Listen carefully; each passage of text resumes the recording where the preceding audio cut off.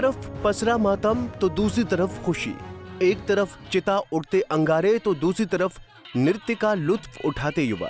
ये तस्वीर काशी के महाशमशान मणिकर्ण घाट से आई है।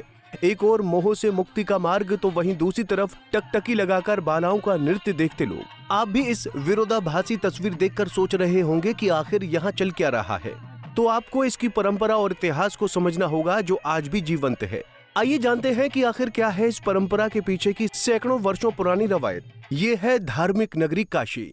यहाँ पर वैदिक रीति रिवाज से अंतिम संस्कार किया जाता है। कहते हैं कि यहाँ अंतिम संस्कार होने पर स्वयं भगवान शिव तारक मंत्र देते हैं। लेकिन एक और जहाँ चिता जल रही हो तो उसी समय बालाओं का डांस देख सवाल उठना लाजमी है कि आखिर ऐसा क्यों। दरअसल सहस्त्रवीं शताब्दी में काशी के राजा मानसिंह ने इस पौराणिक घाट पर भूत भावन भगवान शिव, जो मसान नाथ के नाम से शमशान के स्वामी हैं, उनके मंदिर का निर्माण कराया था। वो चाहते थे कि इसके साथ ही यहाँ संगीत का कार्यक्रम हो, लेकिन ऐसा स्थान जहाँ चिताएं जलती हों, संगीत की सुरों को छेड़ें भी तो कौन। जाहिर है कोई कलाकार यहाँ नहीं आया। आई तो सिर्फ तवाइफें और गंगा किनारे मसान नाथ के दरबार में अपनी नृत्यांजलि प्रस्तुत कर चली गईं। जलती चिताओं के समांतर नृत्य की ये परंपरा तभी से चली आ रही है।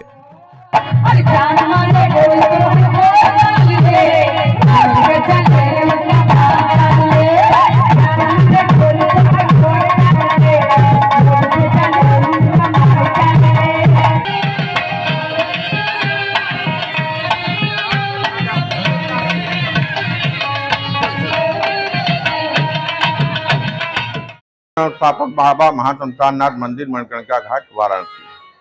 क्या कार्यक्रम? आज बाबा महाशमशान नाथ जी के त्रिदिवसीय श्रृंगार महोत्सव का अंतिम दिन है, जिसमें जो कि चैत्र नवरात्र की पंचमी से सप्तमी तक मनाया जाता है।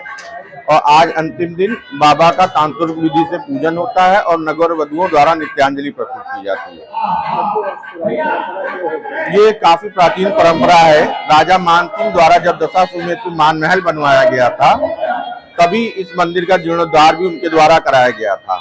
और चूंकि अपने सनातन धर्म में ये परंपरा है कि किसी धार्मिक आयोजन में नृत्य, गीत, संगीत, भजन, कीर्तन हुआ करते हैं, तो उस जमाने का कोई संगीतकार महाशमशान पे नहीं आया था।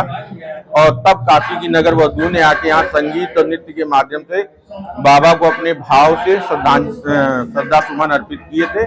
तब से ये परंपरा चली आ रही है। सदियों पुरानी परंपरा आज भी गंगा नदी की तरह निरंतर चलती आ रही है। इसके पीछे एक वजह आस्था तो है ही। बगैर किसी बुलावे या लालच के खुद ब खुद यहाँ नगर वधुएं अपनी हाजिरी लगाने चली आती हैं। और तो और उनकी दिली इच्छा ये भी रहती है कि इस मुक्ति धरा पर उनको इस बदनाम काम से भी मुक्ति मिले और अगले जन्म में ऐसी जिंदगी दोबारा न मिले। 16वीं शताब्दी के आसपास राजा महाराजा नगर वधुओं को शहर के एक छोर पर स्थान देकर नृत्य संगीत देखने सुनने जाते थे। उस समय नगर वधुओं के यहाँ संगीत की महफिल लगा करती थी। लेकिन राजा मानसिंह ने महाशमशान पर नृत्य की परंपरा की शुरुआत की, जो आज भी निभाई जा रही है और लोग इस परंपरा को यूं ही निभाते आ रहे हैं। पंजाब केसरी टीवी के लिए वाराणसी से विपिन मिश्रा की रिपोर्ट।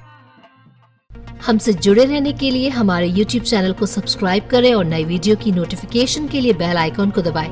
अगर आप ये वीडियो Facebook पर देख रहे हैं तो लाइक जरूर करें और ज्यादा से ज्यादा शेयर करें। धन्यवाद।